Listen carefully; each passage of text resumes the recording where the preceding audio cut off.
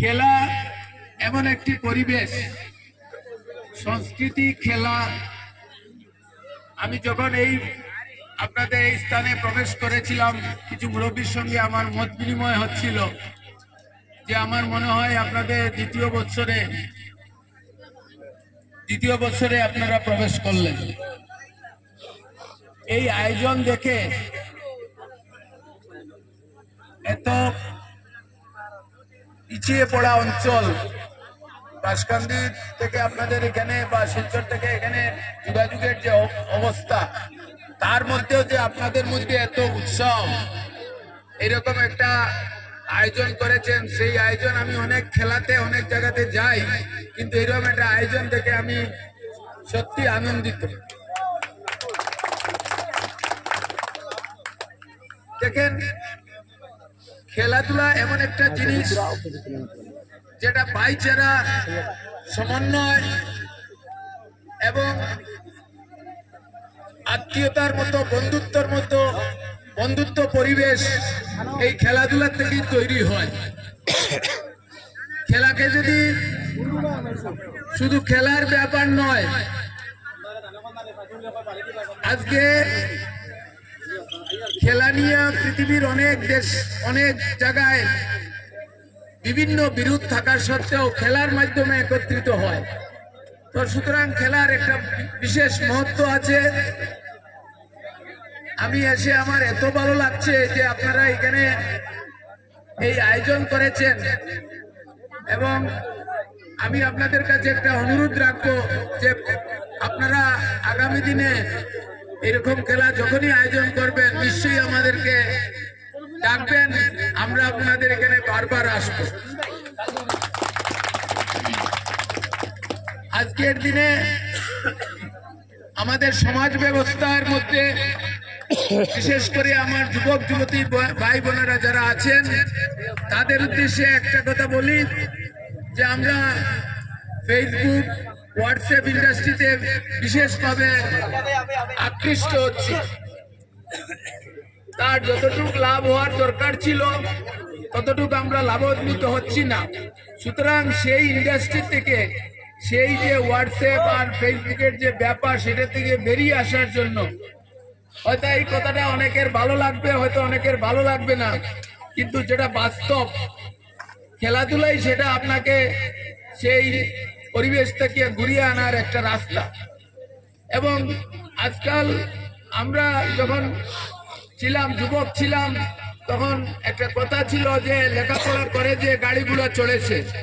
আজকে কিন্তু সেটা নয়, আজকে খেলাধুলারও সেই একটা পরিবেশ হয়েছে। খেলাধুলায় অনেক ধরনের স্কিম আসছে, অনেক ধরনের সুযোগ সুবিধা আসছে। সুতরাং এরকম কিছু ভাবার নাই যে যারা শুধু লেখাপড়া করে তারাই শুধু গাড়িগুলো চড়ে। সেই যে একটা প্রবাদ ছিল আমাদের ছোট সময় আমরা শুনেছিলাম, সেই প্রবাদটা কিন্তু আজকে খেলাধুলার থেকে হয়েছে।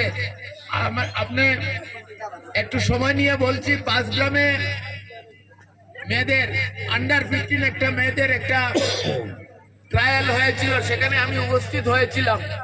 এবং সেখানে আমি ওদেরকে, আমি না আরো কিছু সমাজসেবক সেখানে উপস্থিত হয়ে সবাই মিলে আমরা উৎসাহিত করেছিলাম। এবং সেখান থেকে 2টা মেয়ে মধ্যপ্রদেশে ট্রায়ালে চান্স পেয়েছে, এবং এদের ভবিষ্যৎ আমি জানি উজ্জ্বল। এরকম একটা পরিবেশ থেকেই বেরোনোর চেষ্টা করতে হইবে এবং করা উচিত।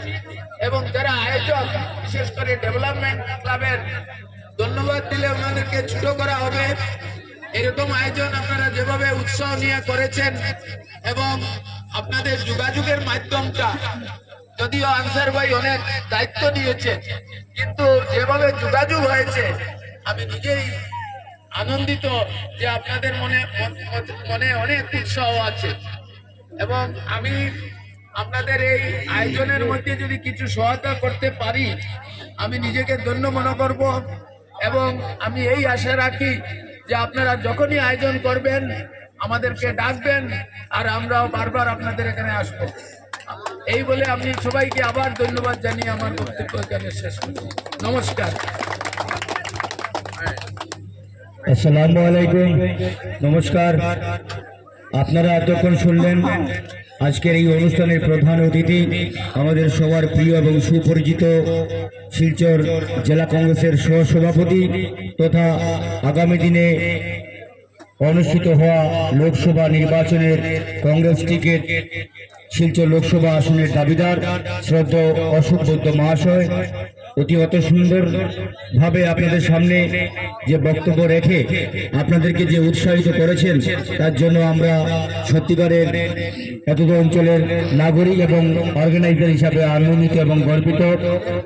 আপনাকে আমরা বারবার পেতে চাই, আপনাকে আমরা বারবার অবশ্যই আমন্ত্রণ করব।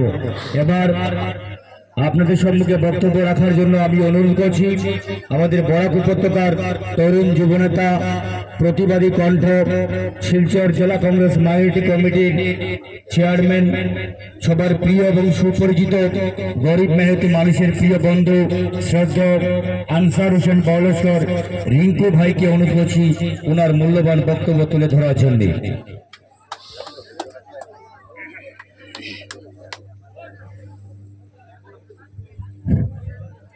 আসসালামু আলাইকুম, নমস্কার, শুভ